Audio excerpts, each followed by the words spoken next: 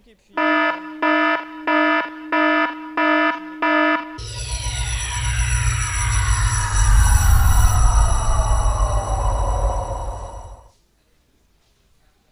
Donc bonjour à tous. On est très heureux là maintenant d'écouter une conférence de Nathalie Hailly, qui est maîtresse de conférence à Sorbonne Université. Et puis je voulais mentionner aussi son podcast, le podcast qu'elle fait qui s'appelle Tête à tête chercheuse, et où elle interviewe des mathématiciennes et parfois des mathématiciens aussi, et que je vous conseille fortement. Et donc aujourd'hui, elle va nous parler de théorie des graphes et équations. Donc je lui laisse la parole. Merci beaucoup. Donc bonjour à tous et à toutes et merci pour l'introduction. Donc aujourd'hui, oui, je vais vous parler un petit peu de théorie des graphes et équations. Alors, je vais commencer en mettant les choses un petit peu en contexte. Donc mon background original, j'ai commencé en faisant des mathématiques plutôt appliquées à la physique, donc à la mécanique des gaz. Et donc par exemple, dans cette pièce, il y a l'atmosphère qui est constituée d'un très grand nombre de particules. Et une façon de modéliser les choses, c'est de dire que ces particules, c'est des sphères qui ont une position et une vitesse. Et donc je vais vous montrer une petite vidéo.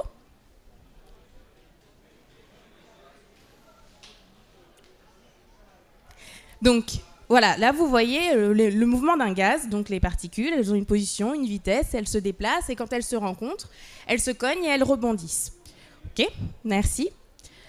Donc ça, je vous ai montré une vidéo, je vous ai raconté des choses avec des mots. Maintenant, quand on a envie de faire des mathématiques dessus, waouh, j'ai pas vérifié mes slides, j'espère que ça fait pas ça à chaque fois. Bon, bref. Donc il faut introduire une certaine notion qui sont les dérivés. Et donc, les dérivés, vous savez tous ce que c'est en fait. Quand on s'intéresse à l'évolution, la dérivée par rapport au temps, quand on s'intéresse à l'évolution de la position d'une personne, eh ben, la dérivée par rapport au temps de cette position, c'est sa vitesse. Donc c'est une quantité qui vous permet, quand vous connaissez la position, vous connaissez la vitesse, vous savez dans une heure où est-ce que vous serez. Donc c'est une quantité qui vous permet un petit peu de connaître l'évolution d'une variable. Et c'est une notion qu'on va utiliser dans les équations qui vont suivre. Alors, ce que je vous ai raconté, c'est dans le cadre de la dynamique des gaz, c'est là où j'ai commencé. Et donc, je vous ai montré des particules comme ça qui se déplaçaient et quand elles se cognaient, ça changeait leur comportement. Et bien, en fait, cette approche, cette façon de modéliser les choses, on peut faire la même chose pour des humains et pour modéliser les interactions entre humains. Et c'est ce dont je vais vous parler aujourd'hui, c'est des modèles de dynamique collective. Alors, comment est-ce que ça fonctionne ? On dit que la variable qui va nous intéresser, la variable d'intérêt, on va l'appeler xi. C'est la quantité qu'on va suivre. Et on dit que c'est l'opinion de l'agent I. Donc j'appelle xi l'opinion de l'agent I. Et je dis que j'ai n agents dans la population. Donc j'ai n nombre de personnes. Et donc ce qui va m'intéresser, c'est de savoir comment mon opinion va évoluer au cours du temps. Et donc elle va évoluer en interagissant, en discutant avec d'autres personnes. Donc ce qui est important, c'est le coefficient, ce qu'on appelle le coefficient d'interaction AIJ, qui nous dit comment, quand I et J vont se rencontrer, le fait qu'ils discutent, ça va faire changer l'opinion de l'agent I. Donc ça, à nouveau, c'est des mots. Les équations, à quoi ça ressemble, c'est ce que vous voyez là. En fait, donc, la variable qui vous intéresse, c'est xi, l'opinion. Je vous ai raconté la dérivée, ça vous dit comment votre opinion elle va changer au cours du temps. Et donc, elle change selon les rencontres avec les autres agents. Donc ici, c'est l'agent I qui rencontre l'agent 1. Ils discutent, ils interagissent selon un coefficient d'interaction AI1. Et ça va faire changer l'opinion de l'agent I. Et l'agent I fait la même chose avec tous les autres agents qu'il rencontre. Donc l'agent 1, l'agent 2, l'agent N. À chaque fois qu'il interagit avec quelqu'un, potentiellement, ça peut faire plus ou moins varier son opinion. Donc ça, c'est ce que décrit l'équation. Et donc là, il est censé y avoir un signe somme qui apparaît pas. Et donc, le fait de mettre un signe somme, c'est dire que on fait donc cette même action de dire qu'on rencontre tous les agents de 1 à n. OK ? Et donc, un exemple d'interaction, c'est ce qu'on appelle la dynamique d'Exelman-Krauss. Donc, c'est la suivante. C'est de dire que le coefficient d'interaction, donc la chose qui va vous dire comment, quand I et J se rencontrent, ça va impacter l'opinion de I et J, on dit que dans ce cas-là, elle ne dépend que de la distance entre leurs opinions. Donc, selon qu'ils soient d'accord, enfin qu'ils partagent les mêmes points de vue ou qu'ils aient des opinions complètement différentes, s'ils sont par exemple pas du tout sur le même spectre politique, ça va avoir plus ou moins d'impact sur la façon dont l'opinion va changer. Alors ça, c'est un premier exemple de dynamique. Un deuxième exemple, ça peut être de dire que dès le départ, je décide que mes agents ne peuvent interagir qu'avec certaines personnes. Donc par exemple, vous qui êtes là, je vous mets tous sur une même ligne et je vous dis, à partir de maintenant, vous n'avez le droit d'interagir qu'avec les 2 personnes à votre droite et les 2 personnes à votre gauche. Donc peu importe à quel point vos opinions sont proches ou éloignées, dès le départ, je vous ai dit les gens avec qui vous avez le droit d'interagir. Donc par exemple, là, sur le dessin, c'est marqué qu'on peut interagir qu'avec les L plus proches voisins. Et donc, c'est quand même différent de ce que je vous ai raconté avant. Dans le modèle d'avance, ce que je vous ai expliqué, c'était ce qui était important pour savoir si on pouvait interagir, c'était connaître la distance entre nos opinions. Parce que quand on a des opinions diamétralement opposées, il y a peu de chances qu'en discutant, la personne nous amène à voir les choses plus de son côté. On est plus sensible aux arguments de quelqu'un qui est quand même un peu plus proche de nos valeurs. Là, c'est différent. Vos opinions peuvent être les mêmes. Vous allez quand même, si au départ vous n'étiez pas assis 2 sièges à côté, vous ne pourrez pas interagir et ça ne va pas vous faire changer les choses. Et donc en fait, on est en train de dire quoi ? On est en train de dire que quand on décrit les interactions possibles entre les humains, il y a un réseau qui est sous-jacent, c'est-à-dire qui vous dit les interactions qui sont possibles ou pas. Et c'est pour ça que ça fait intervenir ce qu'on appelle la théorie des graphes, qui va vous permettre de modéliser les interactions possibles. Donc je vais vous parler un petit peu de la théorie des graphes. Donc je précise d'abord que ce n'est pas ma spécialité. Moi, c'est plutôt les équations, mon domaine. Mais les équations que je regarde font intervenir ces objets. Donc je vous parle de ces objets. Donc, qu'est-ce que c'est qu'un graphe ? Un graphe, c'est une structure mathématique qu'on peut utiliser donc, pour modéliser des relations binaires donc entre deux objets. Donc ça correspond à ce que je vous racontais. Et donc il y a 2 quantités qui sont importantes pour dessiner un graphe, comme vous pouvez voir ici. C'est les sommets et les arêtes. Donc les sommets, c'est les boules bleues. Et les arêtes, donc c'est les lignes noires. Et donc le graphe vous dit quels sommets peuvent interagir. C'est-à-dire que s'il y a une ligne entre les 2, ça veut dire que ça correspond à des agents qui peuvent effectivement interagir. Et par exemple, s'il n'y a pas de ligne entre 2 points, ces 2 agents-là ne peuvent pas interagir. Donc ça vous décrit un petit peu toutes les interactions qui sont possibles. Alors, donc ça, c'est le dessin pour vous montrer. Si on veut définir les choses un petit peu proprement, c'est ce que je vous ai raconté. Donc un graphe, c'est défini par des sommets et des arêtes. Et donc quelques quantités. L'ordre d'un graphe, c'est juste le nombre de sommets qu'on a. Et le degré, c'est le nombre d'arêtes qui partent, donc le nombre de traits qui partent d'un sommet. Et donc, une quantité qui est importante, donc là, je vous ai fait un exemple de graphe. Donc, une façon de décrire les interactions possibles, c'est de dessiner ce graphe qui est là. Et une autre façon de décrire le graphe, de dire aux gens quelles sont les interactions possibles ou pas, c'est d'écrire des matrices d'adjacence. Donc, qu'est-ce que c'est qu'une matrice, déjà ? Une matrice, c'est un tableau de chiffres à double entrée. C'est un tableau à double entrée de chiffres. Et donc, on va utiliser les matrices pour décrire les interactions possibles de la façon suivante. Donc, ça, c'est la matrice qui est associée à ce graphe. Pourquoi ? Parce que si je me mets sur la 2e ligne et sur la première colonne, donc je m'intéresse à 2 et 1, ici, si j'ai une arête, je vais mettre un chiffre 1, et si j'en ai pas, je vais mettre un chiffre 0.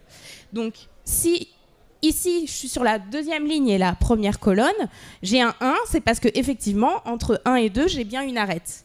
Par contre, sur la 3e ligne et la première colonne, j'ai un 0 et je vérifie, effectivement, j'ai pas d'arête.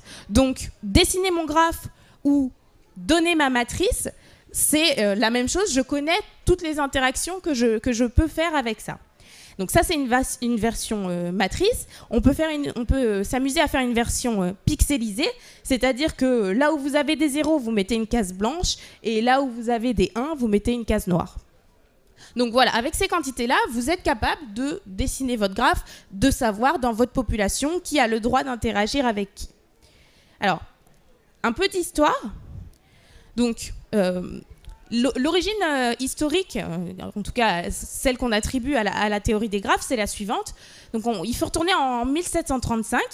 il y avait le mathématicien Euler qui donc a écrit un article pour l'Académie de Saint-Pétersbourg et qui était le suivant.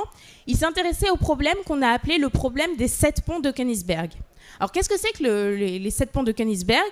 Le problème c'est le suivant. On part d'un endroit dans la ville, donc ça c'est la ville de Königsberg, et on se demande s'il est possible, en partant d'un endroit, de faire une promenade qui revient à cet endroit et qui passe une seule fois par tous les ponts. Ok? Donc, si on regarde une version un petit peu simplifiée de la ville de Königsberg, ça ressemble à ça. Donc, là, c'est le haut. Donc, là, c'est le bas. Là, c'est le centre. Et là, c'est la droite. Donc, ça, c'est une version un petit peu dessinée, simplifiée. Et on a redessiné les ponts. Et donc, en fait, ça, on peut le redécrire en faisant un graphe où le graphe, ce sera 4 nœuds. Et les 4 nœuds, ce sera les différentes parties de la ville. Et les ponts, ce sont les arêtes. Donc, si on fait ça, le graphe qu'on obtient, en fait, c'est ça. Où cette quantité, c'est le centre, celle-là, c'est la droite, là, c'est le haut, là, c'est le bas. Et donc, on représente un petit peu les arêtes là, qui correspondent aux différents graphes. Et donc, la question de Euler, quand on l'a reformulée comme ça, elle consiste à se demander, est-ce que si je pars d'un sommet de mon graphe, je suis capable d'y revenir en passant une seule fois par chaque arête du graphe? Ok? Et donc ça, en fait, ce que je viens de vous expliquer, ça s'appelle un circuit eulérien. C'est une propriété d'un graphe qui dit que on commence quelque part et on y revient en passant une seule fois par une arête. Et on dit qu'un graphe est eulérien si on est capable d'exhiber un circuit eulérien. Donc en fait, Euler, quand il a posé sa question de la promenade du pont de Königsberg, il était en train de mettre le doigt sur un problème qu'on pouvait approcher mathématiquement par une théorie qui est la théorie des graphes. Et on aime bien lui donner la paternité de ce domaine parce que c'est le premier cas dans un article documenté d'une propriété d'un graphe. Dire qu'un graphe est eulérien, c'est un graphe qui vérifie la propriété que je viens de vous expliquer. Et donc, comme c'est Euler qui a exhibé ces choses-là le premier, on lui accorde la paternité de la théorie des graphes. Et donc, Euler, donc quand il avait énoncé ce problème, il a réfléchi et il a formulé à l'époque, il a dit que lui, il pensait qu'un graphe était eulérien, donc ça veut dire qu'on pouvait exhiber un circuit eulérien que si chaque sommet a un nombre pair d'arêtes. Donc ça, c'est ce qu'il a énoncé. Et en fait, la preuve rigoureuse du résultat, donc c'était vrai, il avait raison. Et la preuve rigoureuse du résultat, elle n'a été apportée que 130 ans plus tard par un autre mathématicien, qui est un mathématicien allemand. Donc si on revient maintenant à notre problème, comme vous savez tous maintenant ce qu'est un graphe eulérien et comment est-ce qu'on peut le caractériser, la question c'est, quelle est la réponse à la question historique de la promenade des 7 ponts? Est-ce que vous pensez qu'on peut trouver un circuit... Non, pourquoi? Exactement. Donc la réponse à la question d'Euler, c'était non, parce qu'on a un sommet qui a, on en a plusieurs même qui ont 3 arêtes et 3 n'est pas pair, donc c'est sûr qu'on ne pourra pas exhiber un circuit eulérien. Alors, donc, non, effectivement, bravo. Je viens de vous parler d'une première propriété de graphe, en voilà une deuxième qui est un peu du même style mais différente. Tout à l'heure, un circuit eulérien, c'était un circuit par lequel on pouvait passer une seule fois par chaque arête. Maintenant, un circuit qu'on appelle hamiltonien, c'est un circuit où on peut passer une seule fois par chaque sommet. Okay? Donc, comme tout à l'heure, on dit qu'un graphe est hamiltonien si on arrive à exhiber un circuit hamiltonien. Et si je vous dis qu'en fait, on peut utiliser cette propriété, cette théorie, pour faire un plan de table de mariage. Alors, pourquoi? De la façon suivante. Donc, par exemple, il existe des incompatibilités d'humeur entre certains de vos invités. Donc, on a Anna, Bruno, Clément, David, Emmanuel, Fabien, Guillaume et Hugo. Et ici, c'est le graphe des incompatibilités d'humeur. Donc, on voit qu'en fait, Anna, elle supporte pas trop David et Bruno. Donc, on n'a pas envie de les asseoir à côté pour qu'ils passent une bonne soirée. Donc, en fait, comme on veut tous les placer sur une table ronde, si je fais le graphe des compatibilités des humeurs, donc qui est le graphe complémentaire à celui-là, je suis en train de chercher un circuit hamiltonien, puisque je veux un truc qui passe par chacun des sommets et qui revient à mon premier dans le graphe des compatibilités. Donc la question c'est, est-ce que mon graphe que j'ai fait avec les compatibilités de mes individus est hamiltonien? Et donc dans cet exemple, la réponse est oui. Voilà un plan de table où tout le monde sera satisfait. Parce que si je prends l'exemple de Anna, ici, elle est à côté de Hugo et de Fabien. Et bonne nouvelle, c'est ni Bruno ni David, donc elle va passer une bonne soirée. Ok, ensuite, on continue avec les graphes. Est-ce que vous connaissez la théorie des 6 degrés de séparation? Ça dit quelque chose à quelqu'un? Non? Alors, c'est une théorie qui dit que sur cette planète, on est tous reliés à tout le monde, à n'importe qui, par au plus 6 degrés de séparation. Donc, on peut atteindre n'importe qui en faisant une chaîne d'amis avec au plus 6 connexions. Donc là, c'est un exemple, par exemple, de chaîne d'amis. On voit que Ryan, il va bien être à 6 degrés de séparation de Arnold, parce que, comptons ensemble, Ryan, il connaît Raja, ça fait 1. Raja connaît Doug, 2. Doug connaît Larry, 3. Larry, Emily, 4. Emily, Richard, 5. Et Richard, Arnold, 6. Donc, on est arrivé effectivement à connecter Arnold et Ryan par 6 connexions. Et donc, cette théorie, qui est difficile à vérifier, prétend qu'on peut relier n'importe qui sur la planète par ce même mécanisme et on arrivera à les relier en moins de 6 liens. Alors, par exemple, moi, je me suis amusée à le faire et je suis à 4 degrés de séparation de Barack Obama. Donc, je vous invite à essayer de le faire. En fait, c'est assez fou, ça marche assez bien. En général, on arrive toujours à trouver un chemin. Alors, c'est encore plus facile, j'ai l'impression, avec les célébrités, mais on arrive toujours à trouver un chemin qui permet de connecter à 6, ou à 6 au plus. Donc, ça, c'est cette théorie, elle est bien connue, mais elle est difficile à vérifier, parce que, en termes de données, ça va être compliqué de gérer 7-8 milliards de données. Mais il y a un cas pratique dans lequel, en fait, on peut vérifier un équivalent, c'est sur Twitter. Twitter, il suffit de voir les gens qui sont connectés. Et en fait, il y a des algorithmes qui se sont amusés à vérifier ça et qui ont identifié que sur Twitter, on peut approcher le degré de séparation entre 2 usagers lambda. Et les calculs ont trouvé que on est à 3,43 degrés de séparation. Donc, en gros, si on prend 2 utilisateurs de Twitter quelconques, en maximum 3 ou 4 liens, on est capable de les connecter. Et ça, pour le coup, ça a été calculé sur des vraies données. Ok, on continue avec les graphes. Donc maintenant, je vais vous parler de graphes orientés. Donc un graphe orienté, c'est un graphe dans lequel on donne un sens aux arêtes. Tout à l'heure, c'était des arêtes. En gros, quand je mettais une connexion entre 2 sommets, ça voulait dire que 1 était connecté à 2 et 2 connecté à 1. Là, maintenant, c'est plus le cas. On peut avoir 1 connecté à 2 sans que 2 soient connectés à 1. Donc, on donne un sens aux arêtes que maintenant, on appelle des arcs. Okay, donc ça, c'est un exemple de graphe orienté. Et alors, on peut se servir de cette notion pour faire le graphe de votre compte Instagram, si vous avez un compte Instagram. Donc, par exemple, il y a un article de blog de Maxime Piessens qui s'est amusé à faire le graphe de son compte Instagram, où donc, on s'intéresse aux follow. Donc, les connexions, ce sont des follow. Donc, si A follow B, donc on voit bien qu'il y a un sens. C'est l'un qui follow l'autre. Donc, si A follow B et B follow A, alors on dessine une arête grise pour dire que c'est dans les 2 sens, si on mettait une flèche. Et si y a un follow que dans un sens, on suit quelqu'un qui ne nous suit pas en retour. Alors ici, lui, il a décidé de le dessiner du rouge au vert. Donc celui qui est du côté rouge suit celui qui est du côté vert. Et donc il s'est amusé comme ça, à partir de ces données de compte, à faire son graphe. Et donc lui, son graphe donne ça, ce graphe de son compte Instagram. Et donc ce qui est marrant, c'est qu'on voit quand même qu'il y a certaines communautés qui naturellement apparaissent. Donc il doit avoir des intérêts bien spécifiques qui sont représentés par ces différents pôles. Alors on continue, donc je vous ai parlé des graphes et de Twitter, des graphes et d'Instagram. On peut regarder les graphes et le cinéma aussi. Donc avec la notion de graphe hétérogène. Donc par exemple, un graphe hétérogène, c'est un graphe où maintenant je dis que j'ai plusieurs types de nœuds. Donc dans cet exemple-là, j'ai 3 types de nœuds. J'ai le nœud des acteurs, les nœuds des films et les nœuds des réalisateurs. Et donc je dis que je peux connecter, et j'ai 2 types de connexions. Donc je dis que je peux connecter un acteur à un film et un réalisateur à un film. Je ne connecte pas les acteurs au réalisateur directement, puisque quand ils sont connectés, c'est que c'est par un film. Je fais le choix de le faire comme ça. Et donc, voilà un exemple de graphe hétérogène, parce que c'est un graphe qui prend en compte plusieurs types de connexions différentes. Et il y a des gens qui se sont amusés à faire ces types de graphes à partir du site IMDb, où on peut noter les films.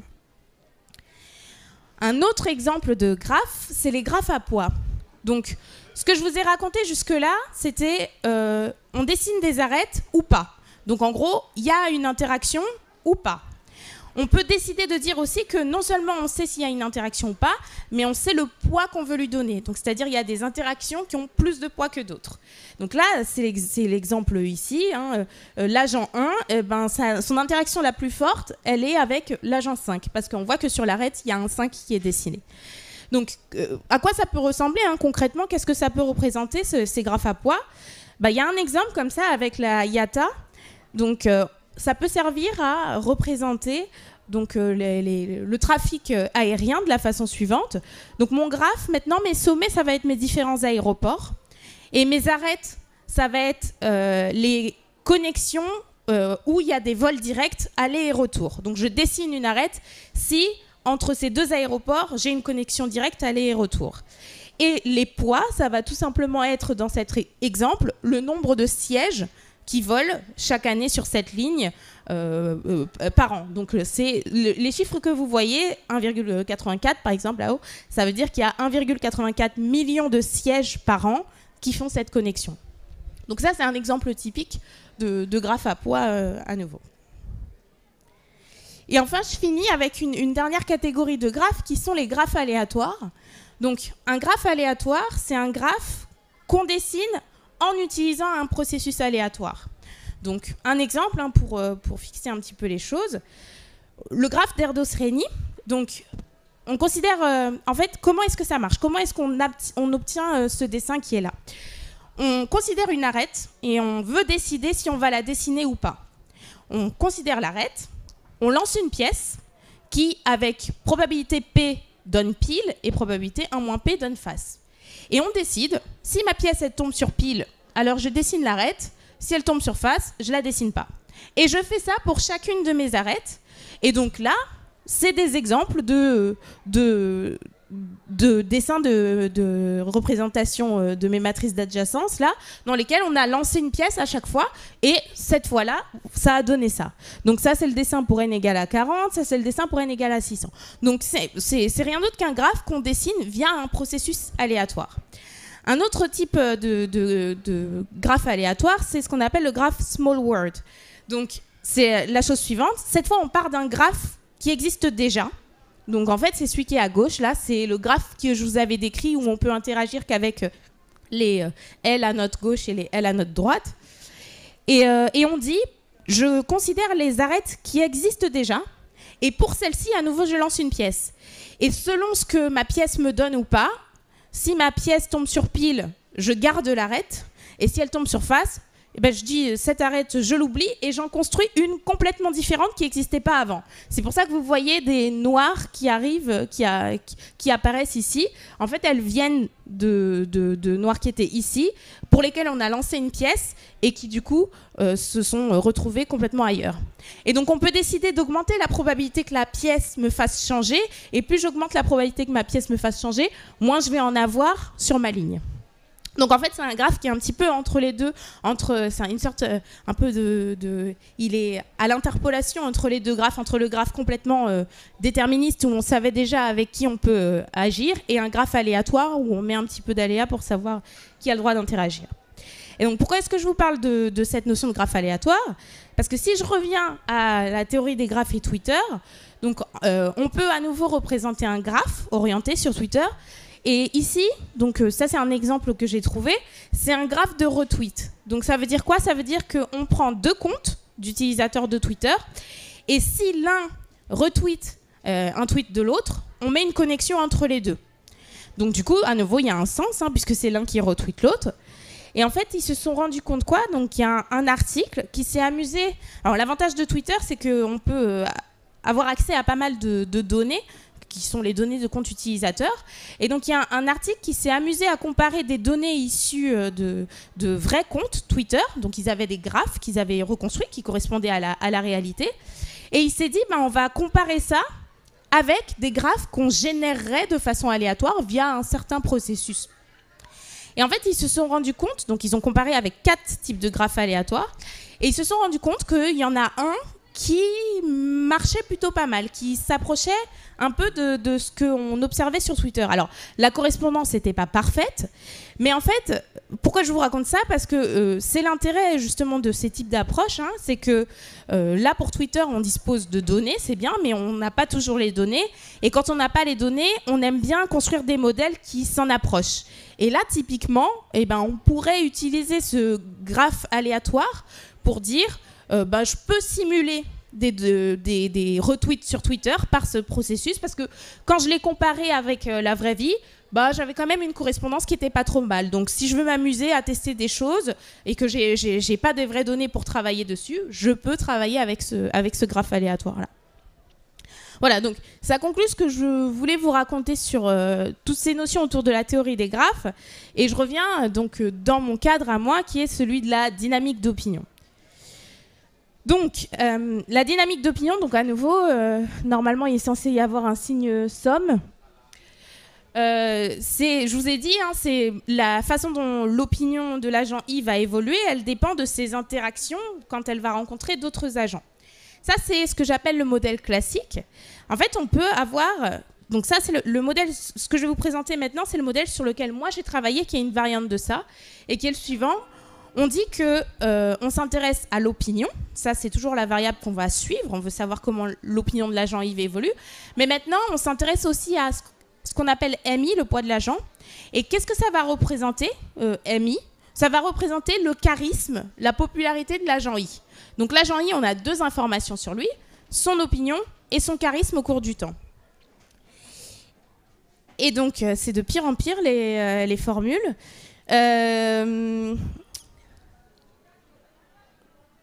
Donc, la première formule, c'est pour dire que mon agent J interagit avec mon agent I, et le coefficient d'interaction, c'est ce qui vous dit comment ça va interagir.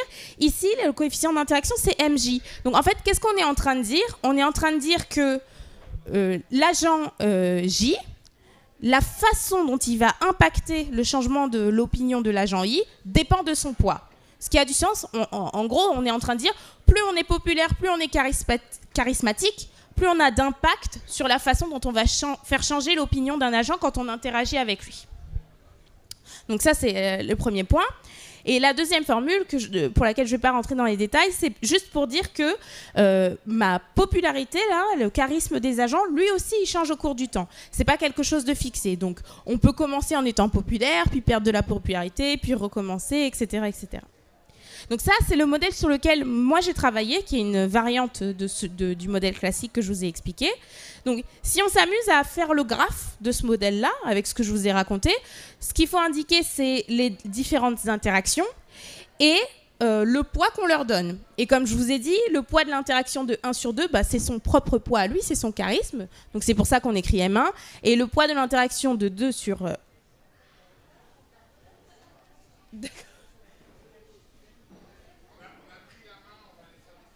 D'accord, ok. Le poids de l'interaction de cet agent, c'est le... Ok, je sais plus ce que je disais. Bref, donc c'est le graphe à poids qui correspond à ça. Ok, je veux bien que vous passiez. Merci.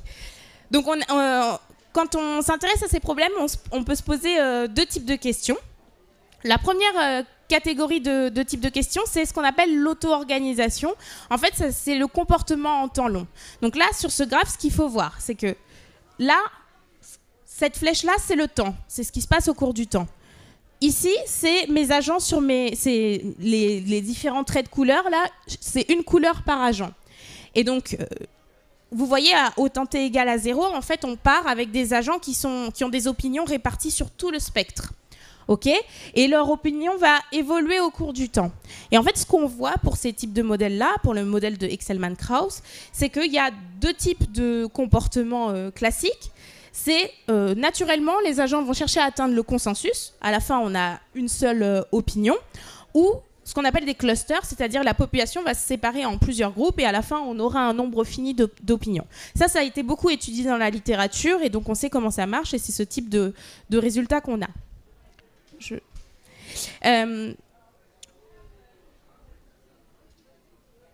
Ok. Donc, non, encore avant, pardon. Voilà, c'est ça. Merci. Non, moi, je vois plus ce que vous faites là. Ah, est-ce que j'ai encore des formules? Oui. Oui, ok, merci. Donc, le deuxième type de question qu'on peut se poser, c'est ce que j'appelle des limites en grande population. Donc, tout à l'heure, on s'intéressait au comportement en temps long. Qu'est-ce qui se passe quand le temps avance? Limite en grande population, c'est qu'est-ce qui se passe quand n devient très grand. Donc, en général, on dit en mathématiques quand n tend vers l'infini. Alors, pourquoi est-ce qu'on se pose ce type de questions? Parce que ce que je vous ai raconté, c'est qu'on a une équation pour chaque agent. Donc, si j'ai des milliers, des millions d'agents, j'ai des milliers, des millions d'équations. Et donc, si je veux travailler avec un ordinateur pour les résoudre, eh ben, ça fait beaucoup de calculs. Ça demande beaucoup d'efforts à la machine. Alors, avec cette approche de ce qu'on appelle limite en grande population, l'idée, c'est de dire qu'on ne s'intéresse plus aux équations de chacun des agents, mais en fait, c'est comme si on dézoome, on prend un peu de recul et on s'intéresse à la densité de la population. Et donc, on n'a plus qu'une seule équation sur cette quantité-là et qui est un autre type d'équation un petit peu différent. Donc, c'est l'intérêt de ces types de questions. Quand on fait de la limite en grande population, on cherche à passer de milliers, millions d'équations à une seule, mais qui est sur une autre quantité. Et alors, pour donner des mots-clés, si ensuite vous avez la curiosité, souvent cette équation qu'on récupère, c'est une équation particulière qu'on appelle équation aux dérivées partielles. C'est un type d'équation particulier. Et du coup, ça, c'est mon domaine. Quand je rencontre des mathématiciens qui me demandent « Tu fais quoi comme maths ?» Je dis « Ah, bah moi, je fais des EDP, des équations aux dérivées partielles. » Voilà, merci. Alors, je vais finir en vous montrant quelques exemples de modèles que je vais vous expliquer. Alors, donc, le premier, c'est donc ce qu'on appelle le modèle leader et follower. Donc, on a une population et on décide, cette population, de la diviser en K groupes.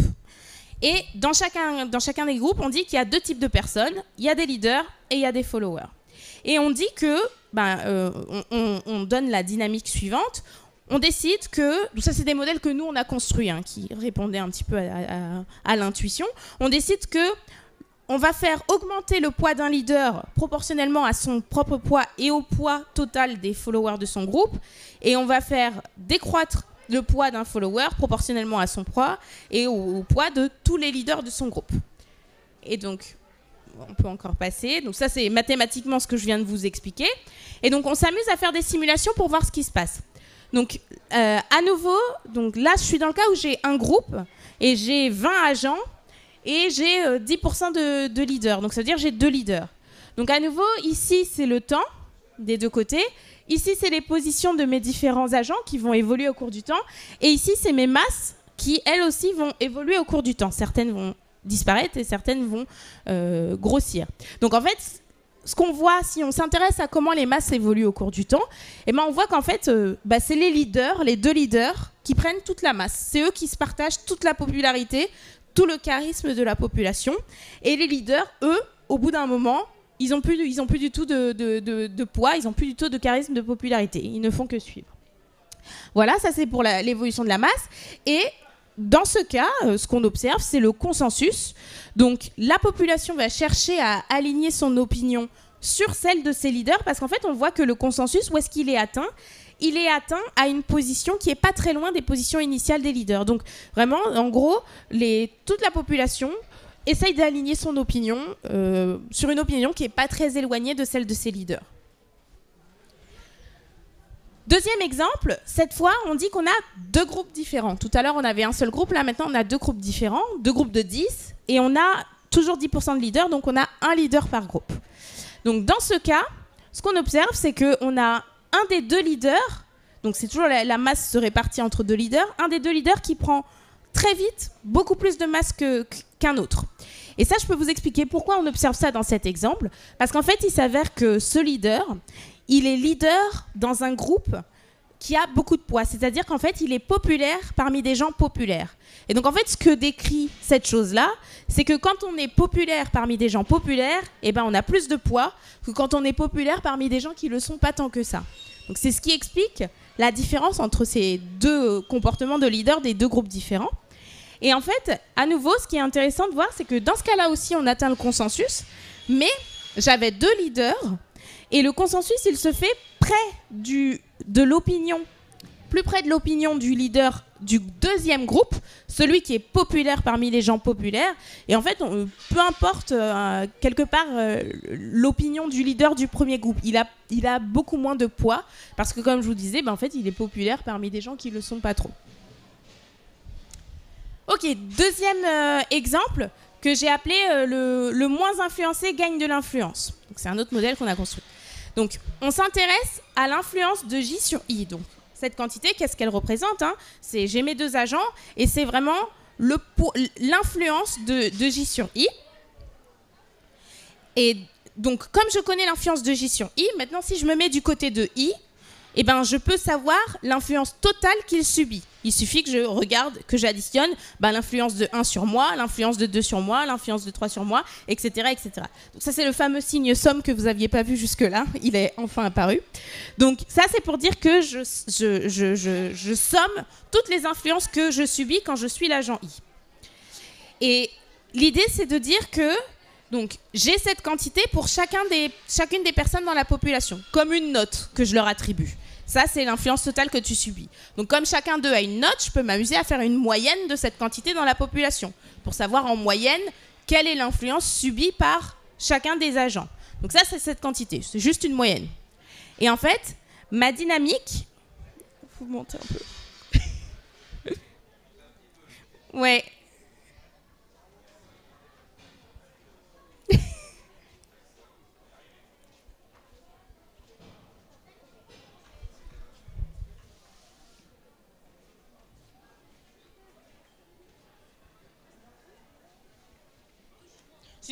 Sinon, c'est pas grave, on repasse sur celui où les formules marchent pas.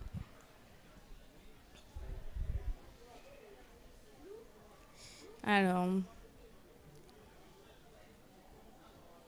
Voilà. Donc, on compare. Donc, on va comparer 2 choses. Alors, juste d'abord, il faut que je précise un truc. Donc, cette fameuse dérivée dont je vous ai parlé tout à l'heure, qui représente cette vitesse, il y a quelque chose qu'on sait, c'est que quand elle est positive, ça veut dire que votre fonction, elle va augmenter, et quand elle est négative, ça veut dire qu'elle va diminuer. Ok ? Donc, maintenant, je m'intéresse à la masse. Je vous ai dit, je connais 2 quantités. Je connais l'influence totale qui est subie par I, et cette quantité dans la moyenne. Et donc, je compare ces 2 choses. Et donc, si l'influence totale subie par I est plus petite que la moyenne, donc en d'autres termes, si je suis une personne qui suis moins influencée que la moyenne, si je suis plus difficile à convaincre, que je suis plus réfractaire aux théories du complot, etc., etc., et bien du coup, cette quantité-là va être positive, donc ça veut dire que ça me fait gagner de la masse, ça me fait gagner du charisme. Au contraire, si je suis une personne EI qui est plus influencée que la moyenne, donc ça va être plus grand que la moyenne, ça va être négatif. Donc si je suis quelqu'un qui suis vraiment très très facile à convaincre, eh ben, ça va me faire perdre du charisme. Et donc ma masse va diminuer. Donc on s'est amusé à faire des simulations. Et donc on a observé les choses suivantes. Donc on s'est mis dans un cas où on pouvait, chaque agent ne pouvait voir que très peu autour de lui. Okay, il voit que dans, je crois, autour de 0,1 autour de lui. Et en fait, du coup, le modèle, il fait bien ce qu'on pense parce que, je vous ai dit, pour gagner de la masse, il faut être peu influencé. Donc, en fait, quand on regarde les agents au début, on sait ceux qui sont le moins influencés, c'est les 2 aux extrémités, parce que eux, ils ont personne à leur droite ou personne à leur gauche. Donc, c'est eux qui sont au début parmi les moins influencés. Et donc, c'est ce qui explique pourquoi, au début, les verts et les rouges, là, c'est eux qui vont gagner de la masse. Et en fait, on voit ce qui se passe pour l'agent rouge. On voit que quand il rejoint la meute, quand il se met à devenir beaucoup plus influencé qu'avant, eh ben, à nouveau, ça lui fait perdre de la masse ici. Donc le modèle décrit bien ce à quoi on s'attend, hein, que quand on est peu influencé, on gagne en charisme. Ok, ensuite un autre modèle que j'ai appelé duel Pokémon et influence. Donc comment est-ce qu'il fonctionne? On a deux agents qui ont donc deux opinions et on s'intéresse au point entre les deux. Donc on pourrait dessiner un trait entre les deux et on regarde le point entre les deux. Et entre ces deux agents, on fait un duel, d'où le nom duel Pokémon. Et en quoi consiste ce duel? Eh ben, en fait, il consiste à regarder le point milieu dans quelle direction il va bouger. Puisque ces deux agents, ils bougent. S'il se déplace plutôt dans la direction de l'agent I, ben, je dis que c'est lui qui a gagné le duel. Et s'il se déplace plutôt dans la direction de l'agent I, lui, il a perdu ce duel-là. Et donc, selon l'issue du duel, eh ben, on gagne ou on perd de la masse. Donc ça, c'est ce qui est décrit là. Donc là, on a fait des simulations pour ce modèle. Alors, il se passe des choses moins spectaculaires que pour tout à l'heure, où on voyait émerger des leaders. Là, en gros, c'est un modèle où les masses, elles bougent pas énormément avec les duels. Et donc, à nouveau, on a atteint le consensus. Un modèle où, par contre, il se passe un petit peu plus de choses que sur le précédent, c'est celui que j'ai appelé donc de l'importance de sa position. Donc, tout à l'heure, je vous ai dit, on s'intéressait à l'influence de J sur I. Donc, dans l'influence de J sur I, évidemment, le poids, il a de l'importance. Puisque plus J a du poids, plus il va influencer A. Maintenant, j'oublie le poids des agents et je m'intéresse juste à ce que j'appelle l'influence positionnelle. Donc, l'influence où j'ai oublié le poids. Et donc, chaque agent a ce que j'appelle une influence positionnelle. Et, à nouveau, je peux m'amuser à sommer l'influence que j'exerce en fait sur chacun des gens de la population où j'ai retiré le poids. Et à nouveau, puisque pour chaque agent je sais l'influence que j'exerce sur toute la population, ça me donne une sorte de note pour chaque agent, je peux faire une moyenne de cette quantité. Et comme tout à l'heure, je vais m'amuser à comparer cette quantité à la moyenne. Et donc, ça donne les simulations suivantes. Donc, on se met dans le cas où on a 4 agents. On les met chacun, donc 3 sur les extrémités d'un triangle et une au milieu. Et donc dans ce cas, ce qu'on fait, c'est qu'on dit que celui du milieu, il a une masse 0. Donc c'est un agent qui, lui, il n'a pas de poids, donc il influence personne. Et par contre, ceux qui sont aux extrémités, eux, ils peuvent influencer. Ils vont influencer l'agent du milieu, mais ils ne peuvent pas s'influencer entre eux parce que c'est un cas où leurs opinions sont trop différentes, donc ils ne peuvent pas se parler, ils ne peuvent pas interagir. Et donc on voit ce qui se passe, le modèle, pour gagner de la masse, en fait, ce qui est important, c'est que la position augmente. Et donc en fait, on peut expliquer cette évolution en spirale parce que cet agent, donc eux, ils ne bougent pas parce que les seuls agents qu'ils voient, c'est l'agent du milieu, mais lui, il a une masse 0, donc eux, ils ne vont jamais bouger. Et par contre, lui, il va bouger parce que il est attiré par cet agent, mais quand il est attiré par cet agent, il s'éloigne des autres, et donc du coup, plus on s'éloigne, plus on est attiré, donc il va être attiré par cet agent, mais il va s'éloigner des autres, donc il va être réattiré, etc., etc. Et donc il fait une spirale, et c'est comme ça qu'à la fin, il arrive au milieu. Et les masses, elles augmentent, elles diminuent, elles augmentent, elles diminuent, puisque la distance à chaque fois, elle augmente, elle diminue, elle augmente, elle diminue. Et le dernier, que j'ai appelé influencer les influenceurs, c'est le suivant. Donc, cette fois, on dit que pour un agent, la masse de l'agent I augmente si...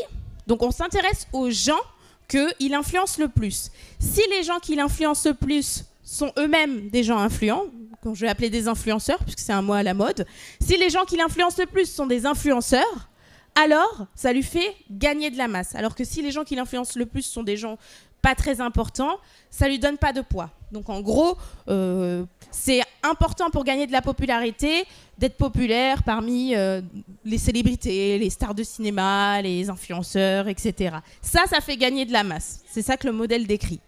Et en fait, ce qui est intéressant de voir, c'est que c'est un modèle où il est impossible qu'il émerge un seul leader, même si on lance plein de simulations. C'est pas possible qu'on ait un seul leader. Pourquoi ? Parce que le modèle, il est construit de façon à ce que, pour gagner de la masse, il faut qu'il y ait des gens influents. puisque j'ai besoin d'influencer des influenceurs. Donc ça veut dire qu'il me faut au moins 2 leaders pour pouvoir gagner de la masse. Donc ça, c'est pour que le modèle puisse évoluer. Donc voilà, ça c'est ce qu'on voit, et ensuite on voit que dans ce cas, on arrive aussi à un consensus. Et je pense que je vais arrêter là. Merci pour votre attention.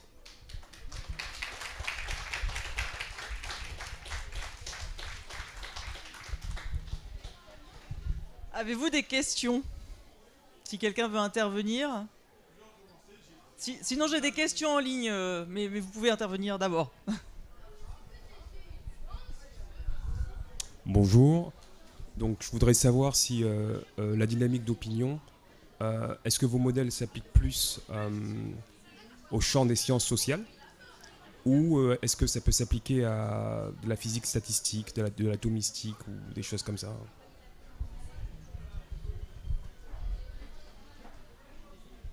Merci beaucoup, très bonne question. Alors effectivement, les modèles que je vous ai montrés derrière, c'est des applications à la sociologie. C'est vraiment penser, modéliser pour décrire ce genre de choses. Mais en fait, ces approches, ces questions que je me pose, on peut se poser ces mêmes types de questions pour des modèles de physique statistique. Alors les équations seront un peu différentes, mais par exemple, ce problème que j'ai appelé en grande population, on va le résoudre de la même façon qu'on résoudrait ce type de problème dans le cadre de la physique statistique. Les outils sont les mêmes.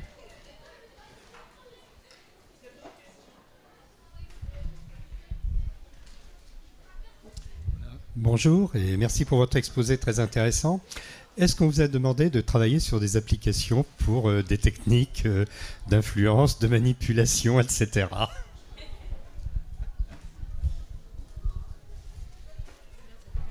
C'est une question qui revient souvent quand je fais cet exposé. Donc, alors, je dirais que pour l'instant, quand j'aime bien dire, je fais des mathématiques appliquées, mais il y a mathématiques appliquées et mathématiques appliquées. En gros, on peut être plus ou moins loin du degré d'application. Moi, les choses que je regarde pour l'instant, c'est quand même toujours des questions principalement mathématiques. On se pose des questions qui n'intéresseraient pas forcément les gens qui veulent utiliser les modèles, des questions sur les propriétés mathématiques des équations, etc. Mais j'aimerais bien aller vers des choses plus pratiques et même pouvoir intégrer, par exemple, des données issues de Twitter où on peut récupérer pas mal de choses. Donc c'est une direction que je suis en train de prendre, mais à l'heure actuelle, que pour l'instant, je ne fais pas. Est-ce qu'il y a d'autres? Bonjour. Est-ce qu'il y a des modèles qui conduisent à des phénomènes de seuil, comme dans les systèmes complexes? Vous savez, les phénomènes de chaos. Eh bien, à un moment donné, selon le type de modèle, selon les coefficients d'influence, etc., on pourrait avoir une forme de chaos, c'est-à-dire un basculement complet de la situation.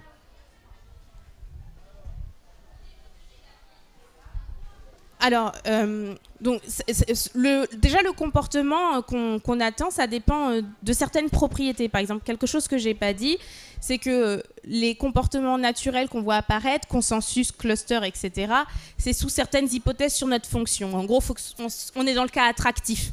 Dans un cas répulsif, c'est pas du tout ces choses qu'on observerait.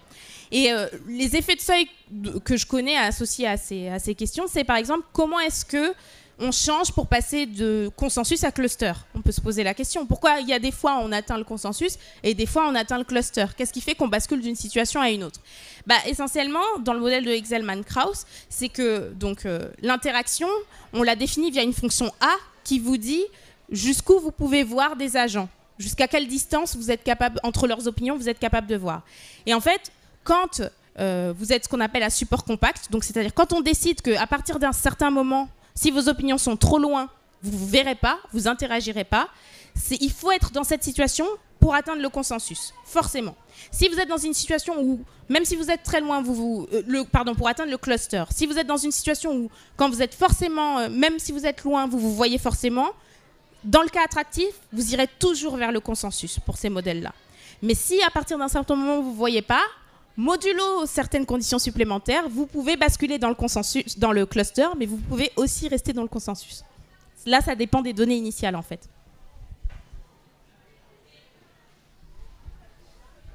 Est-ce qu'il y a d'autres questions sur place ou sinon je vais poser les questions qui étaient en ligne? Alors, il y a deux questions qui rejoignent finalement la réalité des modèles. Je vais essayer de résumer parce que c'est un peu long. Donc il y a une première question qui parlait du graphe Small World où on voyait qu'il y avait des hubs en fait, qui connectaient beaucoup de monde.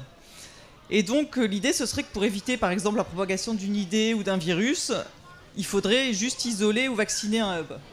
Et qu'en pratique, en fait, par exemple pour le Covid, on a fait le contraire en isolant tout le monde, en laissant les politiques et journalistes bouger. Et donc la question c'est finalement, est-ce que c'est parce qu'on ne croit pas vraiment au modèle? Est-ce qu'ils ne sont pas assez réalistes? Enfin voilà ce que... Alors, effectivement, bon, il se pose toujours, ça reste des modèles, hein, donc après, il faut les tester, les vérifier pour regarder ce qui se passe. C'est ce que je montrais dans l'exemple de l'article, là où ils se sont amusés à tester le modèle de Twitter avec des vrais modèles de graphes aléatoires. Donc, je ne peux pas donner une réponse générale à cette question parce que ça dépend des modèles, ça dépend de ce sur quoi on le teste. Et comme tout modèle, évidemment, ça a ses limitations. Alors la deuxième question, donc, c'était sur les modélisations d'influence, en fait, parce qu'on ne tient pas compte dans ces modèles de la véracité de l'information qui est transmise. Et pourtant, alors là, la personne part du principe que ce sont des modèles qui marchent bien. Et donc, est-ce que ça veut dire que l'homme n'a que faire de la vérité? Ben, là, ce qui nous intéresse, c'est plutôt la propagation d'une opinion, ok. On voit bien sur Twitter que les fake news elles diffusent beaucoup plus que les véritables infos. Donc, est-ce que le fait de diffuser plus vite, ça veut dire que plus de gens vont y croire? C'est deux choses différentes. Alors, parce que des fois, elles diffusent plus vite parce qu'il y a plein de gens qui débunkent et donc qui retweetent aussi en disant « Mais non, ça c'est complètement faux parce que si, parce que ça ». Et donc, ça fait ce bruit-là aussi. Donc, je pense que c'est deux choses différentes dont il faut pas mélanger. La propagation d'une idée et comment elle émerge et ce que les gens pensent vraiment, c'est deux choses différentes. Est-ce qu'il y a une dernière question? Mais sinon, on va vous remercier encore, remercier Nathalie Haï pour cette conférence.